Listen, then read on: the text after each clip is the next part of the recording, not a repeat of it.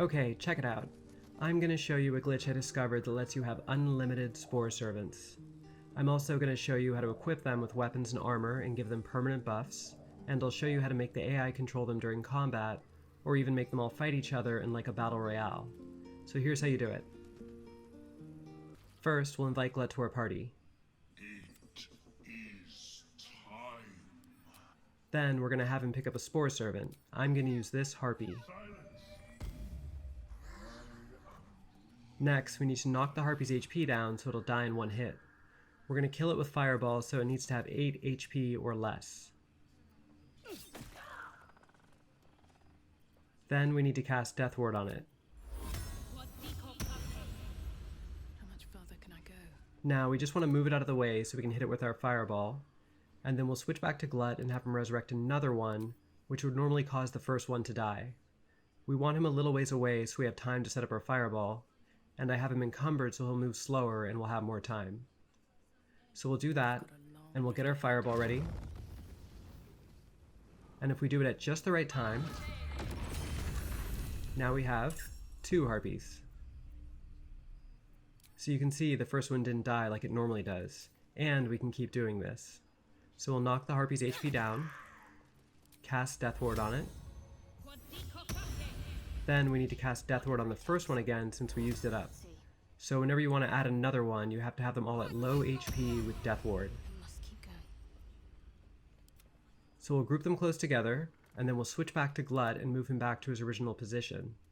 In Act 2, he doesn't follow you around, so this is easier, but you can still do this in Act 1. So we'll have him resurrect another one, and we'll get our fireball ready again.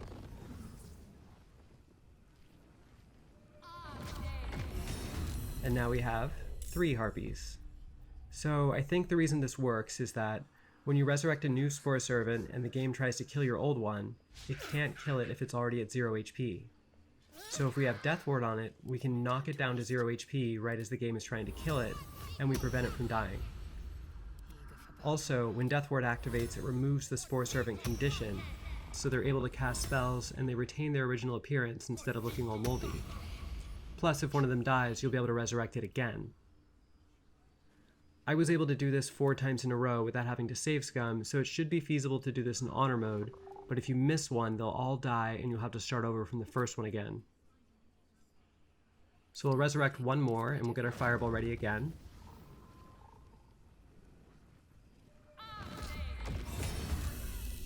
And now we have all 4 harpies.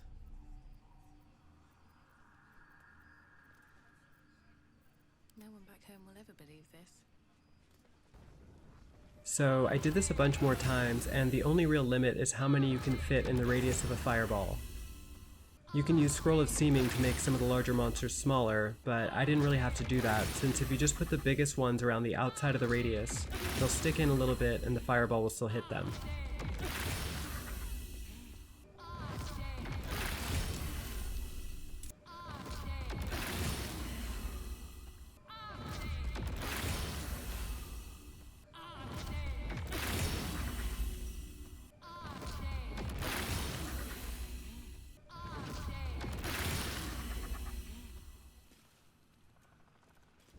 I know I made this look really easy, but the timing is really precise, so there were a lot of times where I missed and had to reload.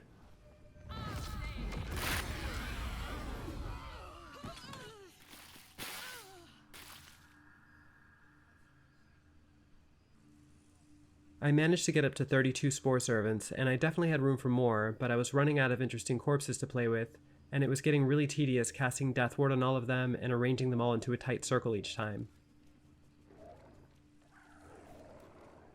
Alright, equipment. So, summons can equip any item that can be consumed by Gale.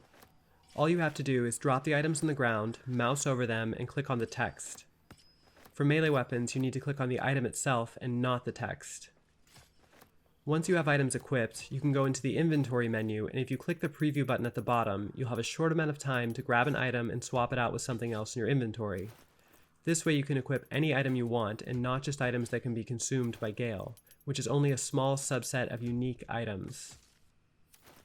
I just keep a full set of items that Gale can consume in my inventory, so whenever I need to gear up a new Spore Servant, all I have to do is drop the items in the ground, have them equip them, and then swap them out for the items I actually want to equip. Also, when a Spore Servant dies, it doesn't despawn like a regular summon does, so you don't have to worry about losing any items you give them. It definitely takes some practice, but it's possible to swap out every piece of equipment on your summons.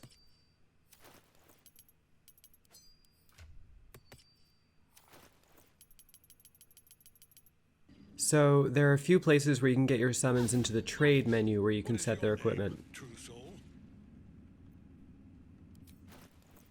This is the only way I know of to equip them with cloaks, underwear, and camp clothes, although you can't set their armor set visibility or their helmet visibility, but you can set their musical instrument visibility.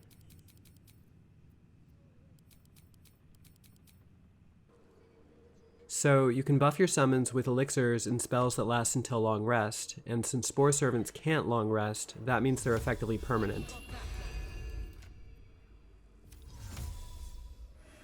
breathing, despite everything. Wits and blades always sharp.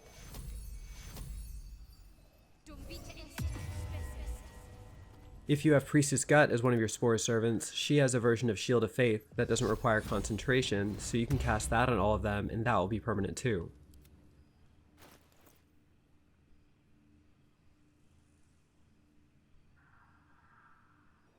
Okay, so if you don't want to have to control all of your Spore Servants during combat, all you have to do is leave Glut behind with one of your party members, and if you're in Act 1, you can just trap him in dialogue for this. Then you can just take everyone else and get them into a fight. Then just switch to your party member out of combat and have them dismiss Glut. It is time. Come to the circle. So now your Spore Servants will still be in combat, but they won't be in your party anymore, so the AI will control them. And you can just skip your turn and watch them fight.